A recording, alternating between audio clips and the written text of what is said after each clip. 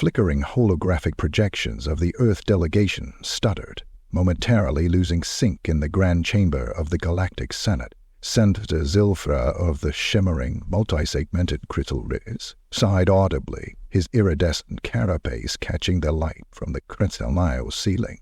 Around him, the assembled representatives of about 100 star-faring species echoed his sentiment. Again, Earth representatives, with all due respect, Zeltar's voice, modulated and smooth, carried throughout the chamber. Your arguments remain unconvincing. Your planet's history is rife with conflict. Your internal politics are bewildering morass, alliance and alliances in a lofty clash dilemma. While in fact to even achieve true planetary unity, alone. On the holographic platform, Ambassador Sharma, her human face etched with frustration, took a deep breath. Beside her, the burly Centurion Gorn, representative of the Pan-Terran Union's military arm, clenched his fists, his augmetic physiology barely containing his simmering anger. Senator Ziltar, Sharma began, her voice firm despite the clear dismissiveness in the air. We acknowledge our past. We are a young species, still navigating the complexities of our own existence. But that does not negate our potential. We have achieved breakthroughs in science and engineering and art. A dismissive wave of a delicate six-fingered hand from a feline xylot representative cut her off. Tentralism is plentiful in the galaxy, Ambassador. Demonstrate capability, be consistent, adherent, deliberation, disease, harmony, these are the metrics we consider. The debate continued in this vein for another hour, a repetitive cycle of human pleas met with alien condescension. Not ready to chaotic. Finally, the vote came. As expected, it was overwhelmingly against them. The holographic projections of Sharma and Gorn flickered out, leaving a palpable sense of relief amongst the assembled. Well, Zilfar said, a hint of smugness in his voice. That is settled. Perhaps in a few centuries they will have sorted out their internal issues. A ripple of agreement passed through the chamber. The matter of oath whispered, now outlawed. Far away, beyond the comforting buffer of Concord space, something else was stirring. In the inky blackness between galaxies, the vast, silent swarm was on the move. They were the chittering horde, known only through fragmented and terrifying legends whispered in the darkest corners of the galaxy. They were heading unknowingly towards the arm of the galaxy that housed the Galactic Concord and a small, chaotic blue planet called Earth. The first sign of trouble was subtle. Deep space monitoring stations, usually focused on stellar anomalies and rogue asteroids, began registering unusual energy signatures. Initially dismissed as sensor glitches or the emissions of some unknown far-off phenomenon, the frequency and intensity of these signals began to escalate. It was a young, overlit technician on a remote Krill outpost who first connected the dots. He noticed a peculiar consistency in the energy readings, a rhythmic pulse that seemed biological. He cross-referenced it with ancient, rarely accessed archives, tales of a ravenous swarm that had consumed entire star systems millennia ago before he mysteriously vanished. His boss.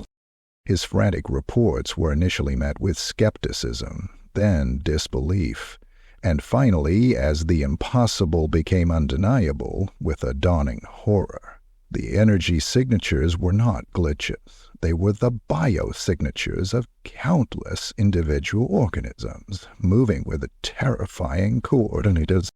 Panic began to spread through the Galactic Concourse. Their military, while technologically advanced, was geared towards conventional warfare, towards strategic engagements and controlled conflicts. They had no experience with something like this, a relentless, warring tide that overwhelmed everything in its path. The first contact was brutal. Outlying colonies, thinly defended, were simply wiped off the map. Planets, once vibrantly teeming with life. These creatures were nightmares made real. carapaced monstrosities, some the size of small moons, others like monstrous armored insects. They moved with surprising agility, their chitinous bodies impervious to most energy weapons. Their mandibles could tear through starship hulls like paper, and their sheer numbers were overwhelming. The Galactic Senate, once a place of measured debate and political maneuvering, descended into chaos. Accusations flew, blame was assigned, and no effective strategy emerged. Their carefully constructed alliances began to...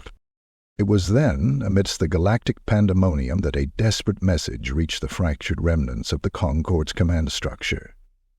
It was a raw, unfiltered data stream, punctuated by static and bursts of frantic human voices. It came from the Sol system, from the planet Earth. Initially, it was almost ignored. Earth, those chaotic, underdeveloped humans, what could they possibly offer? But the situation was dire. Every other potential solution had failed. With nothing left to lose, a junior Krill officer, remembering the fierce defiance in Ambassador Sharma's eyes, decided to take a chance. The message was simple, brutally to the point. We've been tracking the crabs for weeks. Detected them entering our sector. We have ideas.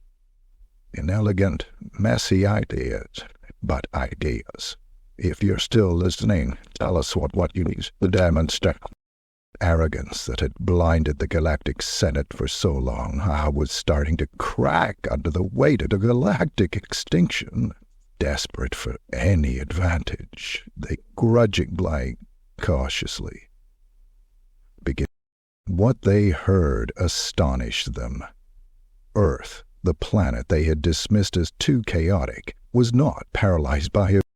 Humanity had observed these spacecraft's tactics, their strengths, and, more importantly, their weaknesses. They had learned to exploit the gaps in their impenetrable armor, to target their vulnerable joints with kinetic weapons and focused energy bursts. They had developed new weapons, jury-rig and dangerous, often at the cost of their old lives. The tactics were unconventional, bordering on suicidal. They used small, agile fighters in scorpion tactics of their own, harassing the larger crabs and driving their fire.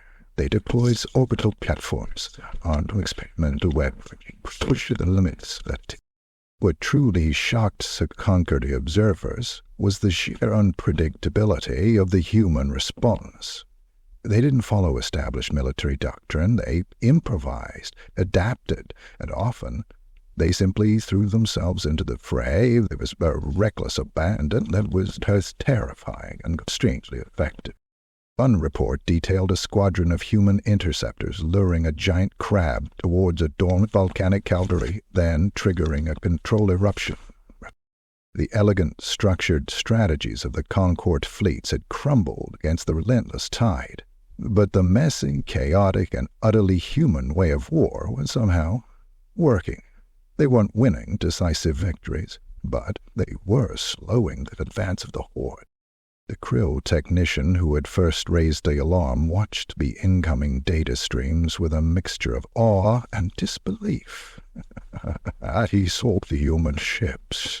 He saw the sheer unyielding will of a species fighting for its survival. Slowly, hesitantly, other surviving pockets of the Concorde began to heed Earth's example. They started to adopt the human tactics, to embrace the chaos, to fight with the same desperate, innovative spirit. Krill destroyers. The tide began to turn, not easily, not quickly, and at a terrible cost. Where for the first time since the arrival of the chittering horde, there was the inner of hope. Finally, after months of relentless fighting, a coordinated counteroffensive, spearheaded by human forces in utilizing their hard-won knowledge of the enemy, pushed back the main swarm. The space crabs, their advanced odd, their losses mounting, began to retreat into the dark void from whence they came. The galaxy was scarred, its losses immeasurable, but it had survived, and the unlikely saviors were the very species they had dismissed as too chaotic, too immature, too in the shattered remnants of the Galactic Senate. The surviving representatives gathered, the hemisphere thick with exhaustion and a newfound respect. Senator Zilthar, his carapace bearing the marks of close call, brought towards the empty hologram. A tentative message was sent, an invitation, no longer condescending but humble. Representatives of Earth, it read, by the Galactic Concord, owes you a debt that can never be repaid. Your application for membership is approved. We eagerly await your presence. The response from Earth was delayed, terse, and utterly human. We're a little busy cleaning up the mess. We'll get back to you when things calm down. Somewhere in the Sol system, Centurion Gorn, covered in grime and wielding a plasma rifle, grinned, a primal satisfaction on his face. Beside him, the Ambassador Sharma, her eyes tired but resolute.